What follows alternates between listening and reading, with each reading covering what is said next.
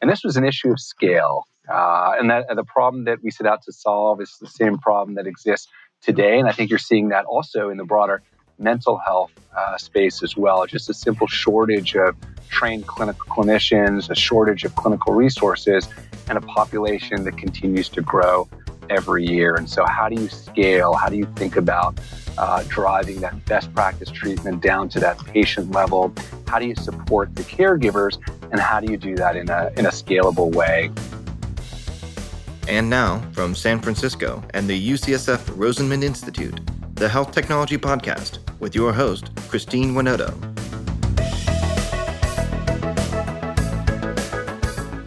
What is the optimal level of intervention for a child with autism? How can we predict the outcome of the intervention? How many hours a week should we be spending on treatment?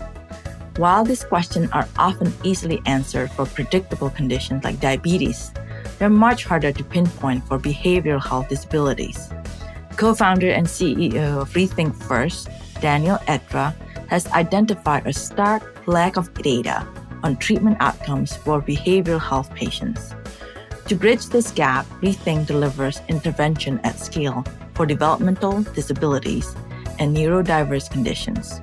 In this episode, Daniel discusses Rethink's journey to becoming an industry-leading behavioral health technology company. With decades of experience as a successful entrepreneur, Daniel shares his insight on building a successful company at scale in today's climate. Here's our conversation.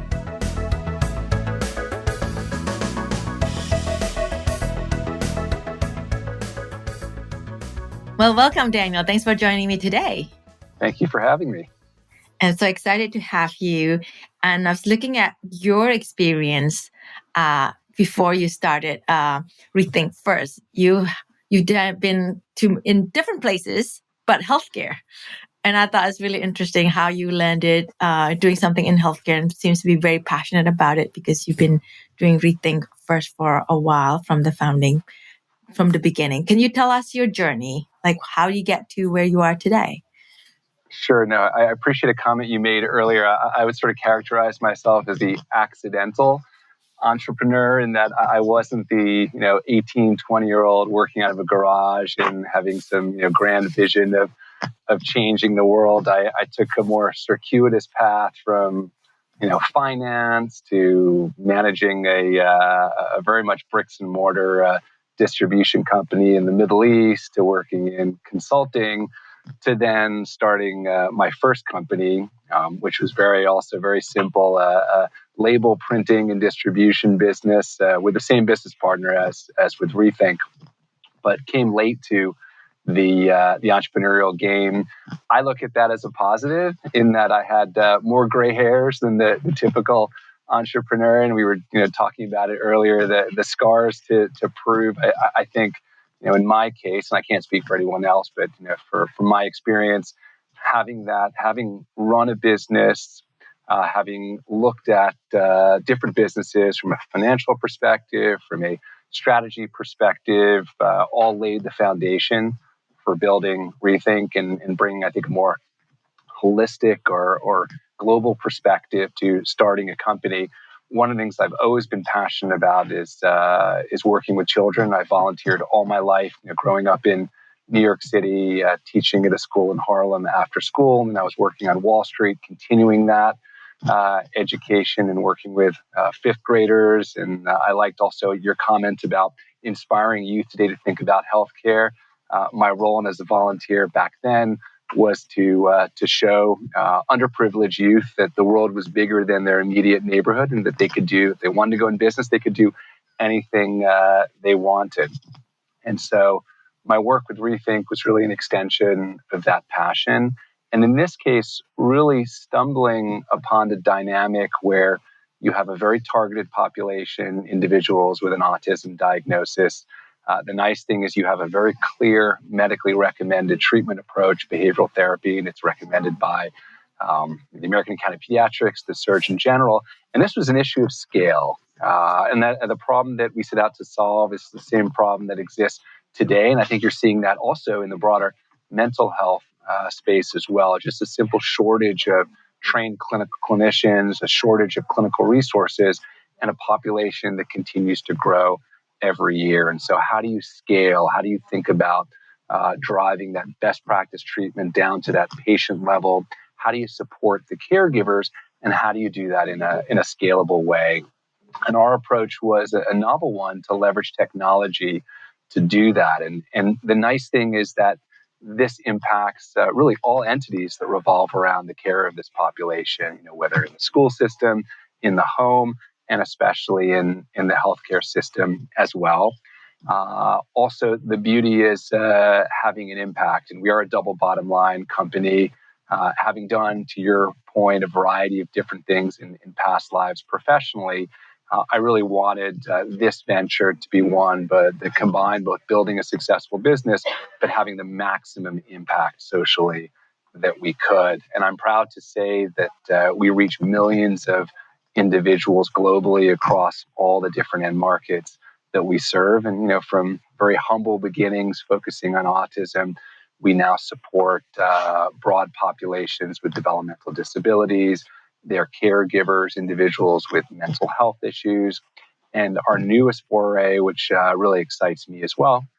How do you support employees in the workplace with a neurodiverse condition? So think about non-visible, non-physical disabilities. So really that entire lifespan as our company has grown, we've been able to grow to be able to support that individual from the time they're born, or at least the time they're diagnosed, all the way up to the time that they enter the workplace, and support their families as well. And it's certainly been, we've been doing this since 2007, 2008. So as we joke, the 15-year overnight success, the entrepreneur's journey, everyone, tends to look at, the founders of Instagram or WhatsApp or Facebook. Wow, in 3 years, we built a multi-billion-dollar business. That's not quite accurate. It may take 15 plus years to build the billion-dollar business. I think that's more how it happens. And a lot of it is just moving the ball down the field a little bit every day and continuing to be inspired by the people I work with, the populations that we serve. And I love what I do and continue to grow in all these different directions. That's great. I do want to ask you a couple of things about what you mentioned, but then I do want to understand a little bit also, how do you start? I know you mentioned that your work with a lot of the youth that inspired you to start this Rethink first, but you mentioned earlier about leveraging technology, and how does Rethink first does that in terms of like leveraging technology? How is it different from what's other technology out there? Sure, absolutely. So as I referenced, the beauty of the market that we play in is that we're not reinventing the wheel in terms of treatment. Individuals far more experienced on the clinical side than I for decades have developed those methodologies. What we do is we seek to automate the workflow that goes into delivering treatment. So thinking about everything from how do you determine what does the patient need in terms of behavioral therapy? How can you create intervention plans at scale? One of my favorite examples, we work with a large school district in the South, and they have probably about 500 students on the autism spectrum, and one board-certified behavior analyst, one BCBA, that's that trained clinician available to provide services to that population. And so you don't need to be a genius to say, oh my goodness, how is that even possible? And so what we do is we automate a lot of the work that would need to occur from, again, once the patient has the diagnosis, what does that patient actually need? What are the skill deficits? What does the intervention plan look like across skills like social emotional skills, daily living, motor, play, leisure, expressive, receptive language? And then how, with a few clicks of the mouse, that specialist can create a full intervention plan that's specific to that student. And then how do you train the team that may be involved in delivering care, from a regular education teacher that may have that special needs student in their classroom for a few hours a day, to the paraprofessional that's shadowing that student. Historically, that paraprofessional might take them to the bathroom or bring them out of class if they were tantruming. We can now have that paraprofessional trained in terms of delivering the intervention. And we use video modeling to do that. So when maybe taking a step back, when I think about what are the three pillars of our company, it's that workflow automation, it's a massive digital content library showing how do you actually deliver the intervention in a clinical best practice manner.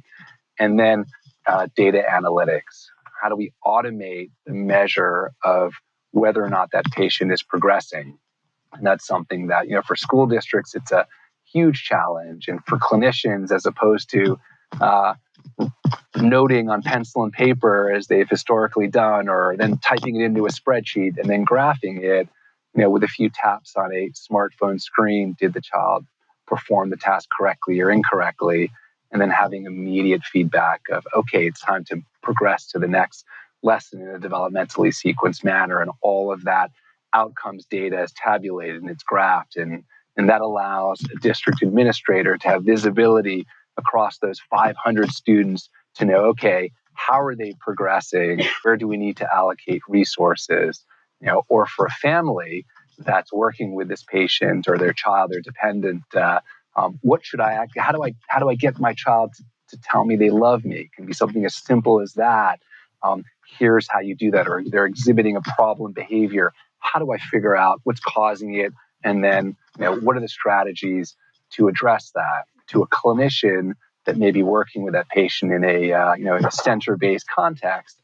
Okay, here's how to be more efficient as that precious resource, as that trained clinician, so I can serve more patients and deliver the intervention in the best practice way, all the way up to health plans that need to figure out, okay, if a specific treatment plan is being recommended for this patient with an autism diagnosis, is it medically necessary? Is it clinically validated?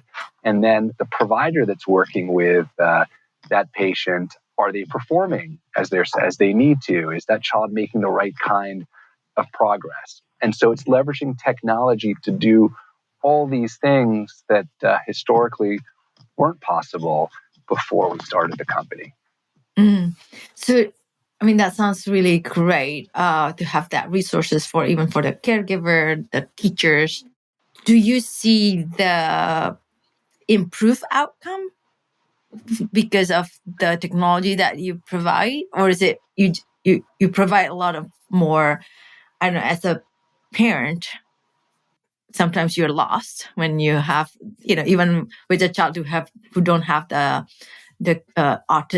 autistic, but having that resources, I think, is really helpful. But I think at the end of the day, we also want to make sure that our child is doing well or better or just better. Is this something that you also can capture and prove from your technology? The answer is yes. The answer is yes. And the way to think about it, and what attracted us to this space, if you think of conditions like cardiac disease or diabetes or cancer, very clear approaches to treatment, meaning based on the diagnosis, there are typically 1, 2, or 3 treatment protocols that are medically recommended for that diagnosis.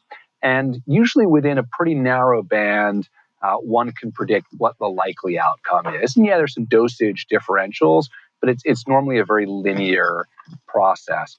When it comes to behavioral health, and autism being one, and I should mention, we began with our roots in autism. Today we serve broad developmental disabilities as well as neurodiverse conditions. But going back to autism, as the expression goes, you've seen one child with autism. You see one child with autism. You've seen one child with autism.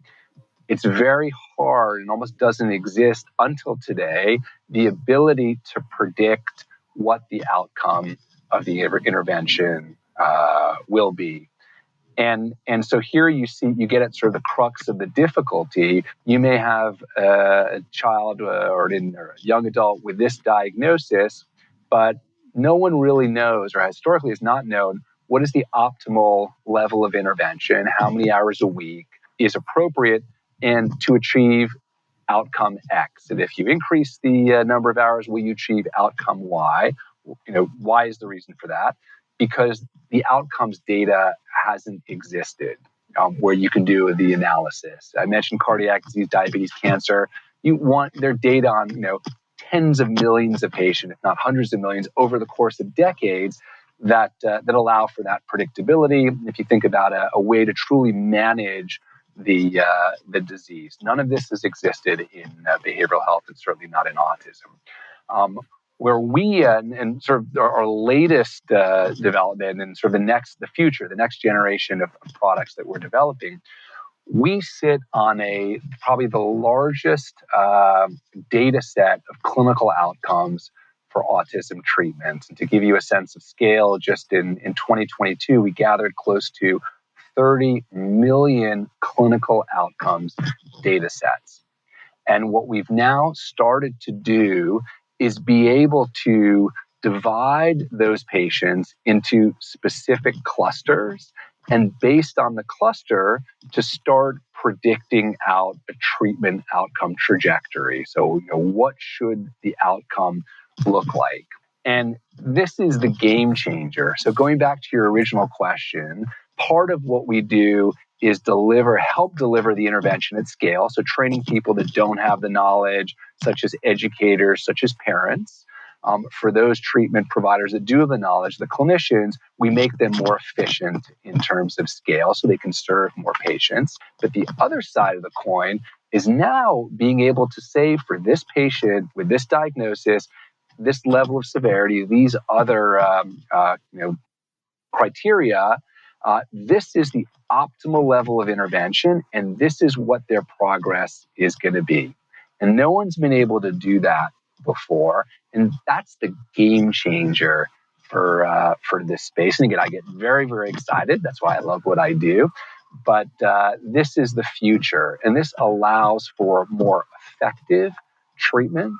It allows us to be able to assess provider performance. It allows us to be able to really ensure that whoever the patient is, that they are getting the right level of care, and also to know how much will they likely progress. Because some patients, certainly with these kinds of conditions, may reach close to a mainstream level of functionality. Others may not. But today, the current situation, no one knows. They can't predict. We're starting to be able, as a company, to provide the tools to health plans and eventually to providers as well, to make that prediction. And that allows for the optimization of the treatment. And that allows for the right level of care for patients who need it. Well, that's great. This podcast is sponsored by Brown Rudnick's Global Life Sciences Group, a team of legal professionals that help life science companies, lenders, and investors around the world turn good science into good business. Learn more at brownrudnick.com. This podcast is also sponsored by Canon Quality Group. Canon Quality Group has been helping medtech startups set up quality management systems for over 10 years. If you're unsure when to get started with quality management in your startup, turn to the experts at canonqualitygroup.com. And you mentioned that the program that you have is working with people who have neurodiversity and how your technology can support them. Tell us more about that. Sure, absolutely. So, you think about when I first started the business back in middle of the 2000s, and when I would tell people, and whether it's investors or others, that we were focusing on the autism population, I'd often get a very quizzical look. What is that, and why would you focus on this population? And now, I joke, when it appears on Oprah, it's now gone mainstream. I think everyone or most people would understand, what is an autism spectrum disorder, and have some sensitivity and awareness to it. And I think if you talk to people today, they'll say they know someone or is a family member. The prevalence is increasing, the awareness is increased. Neurodiversity is a relatively new term that we're starting to hear in society and in the workplace. And I think that's a wonderful thing. And it falls squarely under DEI. And I like the way a colleague of mine described it. She said, if your office is on the 4th floor and the elevators go out, You would never say to a disabled employee, an employee in a wheelchair, take the stairs up to my office. But yet, you may have a member of your team that is as a neurodiverse individual that is not able to present in front of the group. And so how do you make their manager, how do you make their colleagues aware of their status? How do you make the right kinds of accommodations in the workplace to allow them to be successful? So in this example, you may allow them, or you may want them or permit them to be in a room by themselves, and they can do the presentation over a webcam, and it can be broadcast to the rest of the group. And that allows that individual to be a highly successful member of your team.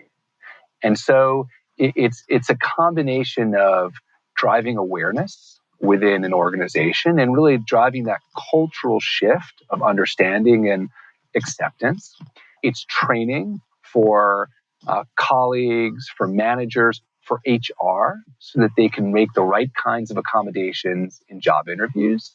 I think all of us have experienced the job interview, and you better look at that interviewer in the eye as you're providing your responses. If you want to come across as competent and self-assured and knowledgeable, but yet a neurodiverse individual may not be able to. They may be sitting like this the whole time, and it's not because they're not highly qualified and trained and smart. It's because of their disability, and it is a disability. And so a lot of what we do and what we're starting to do with our neurodiversity platform is driving that true change within an organization, providing the tools for HR, for managers, for colleagues to be aware, to understand what is neurodiversity, to be able to make accommodations for that individual, so specific accommodations for the individual to allow them to be successful in the workplace, to provide supports to that individual in the workplace to help them navigate their environment. And so there's a coaching element that we do with those individuals as well. And, not least, we want employers to be viewed as employers of choice. In an environment where it's oftentimes it's hard to find good talent, you have a population of individuals both with disabilities, but in this case, non-visible, non-physical disabilities that are highly motivated, highly skilled, highly qualified, sometimes outperform their mainstream colleagues, but yet they're excluded because either they don't pass the typical gates of entry or points of entry into an organization, or they worry that they won't feel welcomed within an organization. And so it's really creating the right kinds of accommodations, environment for these individuals to thrive, and helping corporations to make those changes so they can attract this highly skilled portion of the population that is desperate for opportunities and historically have not had them. Yeah, no, I think that's just great, because it definitely there's a lot of biases against individuals who are not fitting the box or the norm. What most people think the norms is, when I think about a lot of things that you described to me, I work in a place that has a lot of interest in this sort of to be inclusive, provide training, but there's also another kind of company who oftentimes they don't have the budget, they don't have the time to think about all these too. So your technology, is it tend to attract more the largest employer? What kind of employer would be interested in your technology? So after this conversation, I'll be following up with you. UCSF should be a client of ours. But sorry, I had to do a shameless plug. But in all seriousness, the beauty of what we do, and I think that's also the beauty of technology, is that it's infinitely scalable. So we have clients, we work with a third of the Fortune 100, all the big tech companies, everyone from, I'm not going to mention names, but large pharmaceutical companies, automotive companies, media telecoms, hundreds of thousands of employees, all the way down to employers that have a few hundred employees. Mm-hmm. And I'll joke, I love all my children equally.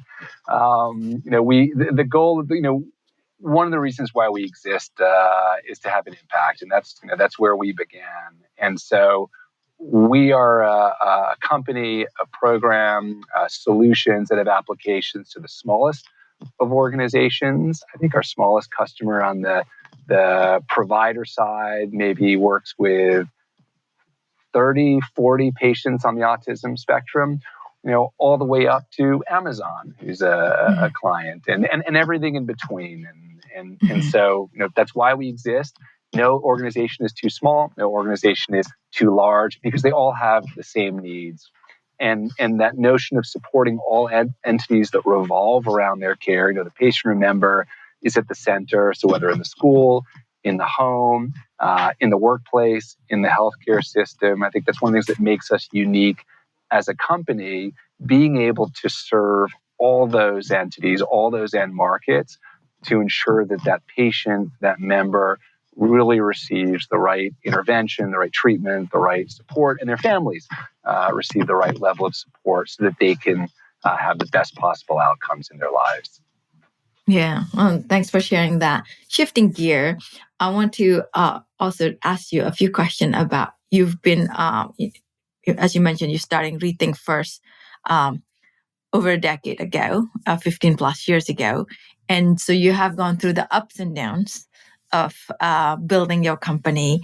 Can you share with us some of the challenges that you faced, that you overcome, and the challenges that you thought going in, this is something that's impossible, yet you make it happen? What are those? The near-death experience.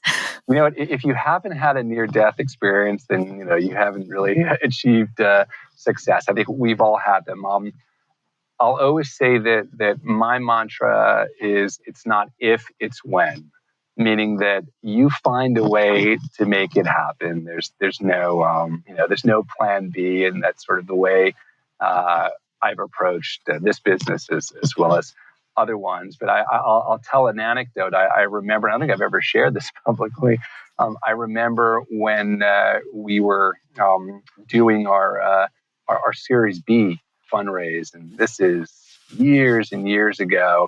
And I remember having about, not enough cash to make payroll for our business, and going to one of our angel investors and saying, can I borrow $30,000 so we can make payroll, because we were just waiting to sign our Series B investment. And so we literally came right on up to the brink, the edge of the precipice, and were able to keep going. But as one of the co-founders and the CEO, I have to come in every day with a big smile on my face. Everything's great. Everything's fine. No problems. We just keep focusing on doing what we do. And that's sort of, an example of, being an entrepreneur. I always remember one of my business school classmates. He was a year ahead of me. He had gone off to, he raised a search fund and found a company to buy, and everything was ready. He just hadn't signed for his funding, and then this was 2001, and 9/11 happened. And of course, all sources of debt dried up. And I think he described having a few $100s in his checking account to his name, and then he was just able to get some funding for his business.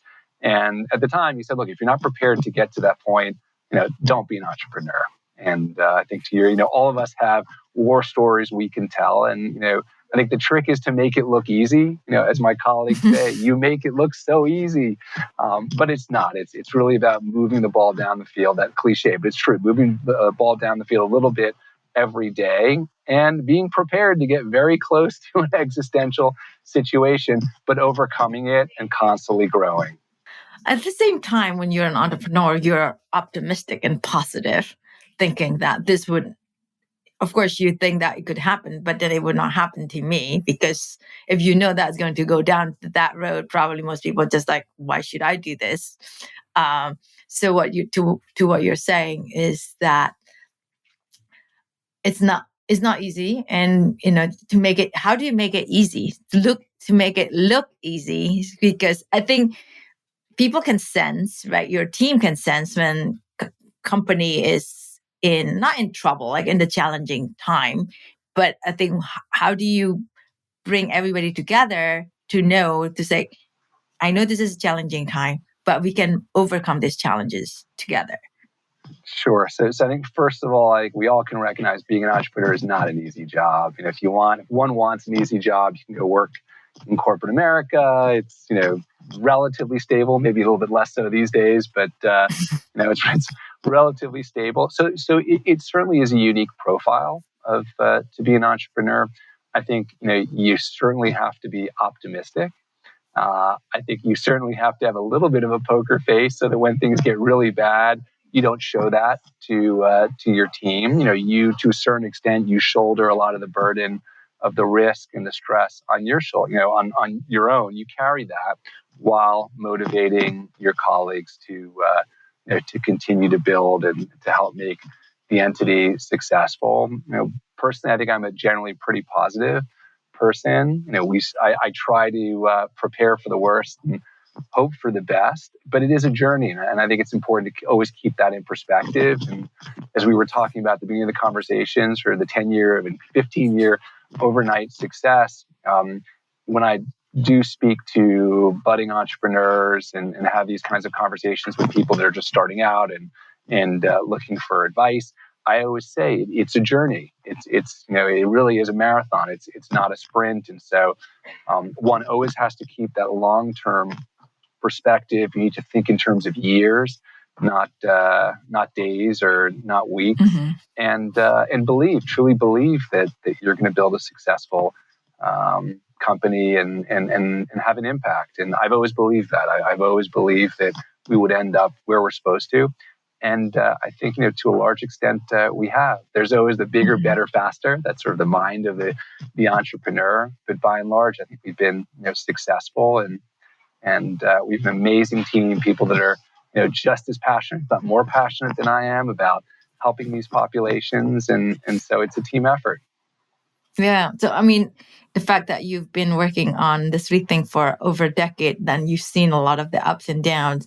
And I think you're the first one on our guests that have gone through the buyout and then the private equity growth and the recap. Tell us more about that story. Sure, absolutely. The reality is one can have the most amazing idea, but without funding and the execution component, it'll never happen.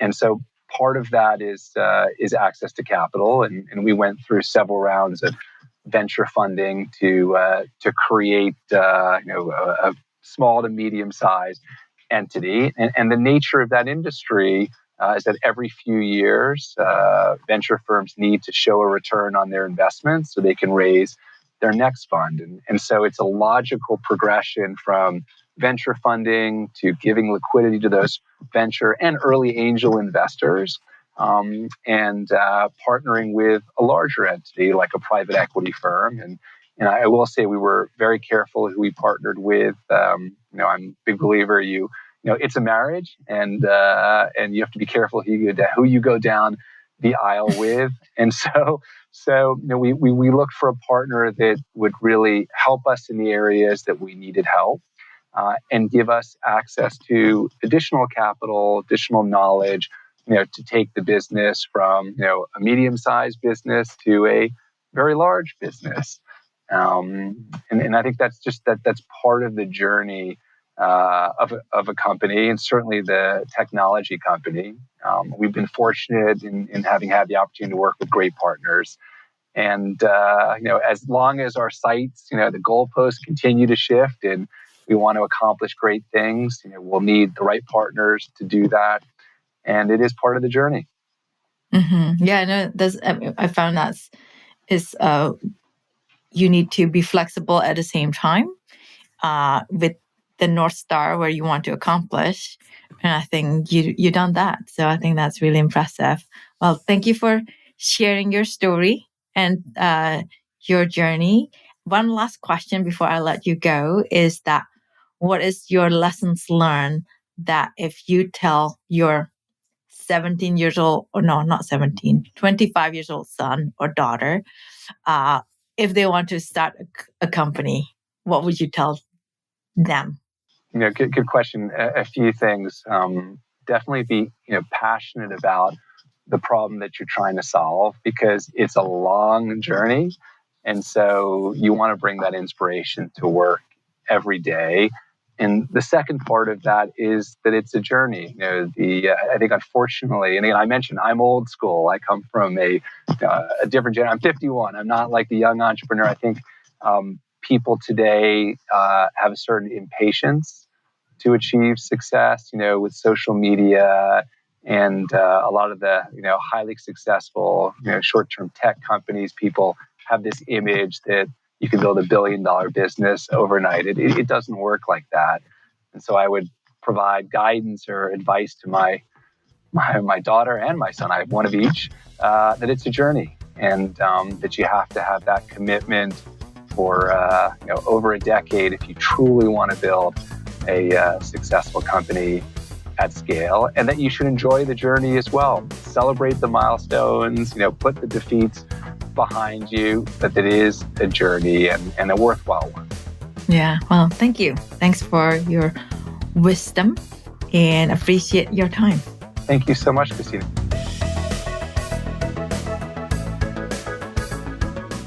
Thank you for listening to another episode of the Health Technology Podcast. We want to thank our executive producer, Herminio Neto, and our podcast engineer, Andrew Rojek. If you enjoyed this podcast, be sure to subscribe and leave a review. The Health Technology Podcast is available on all major platforms.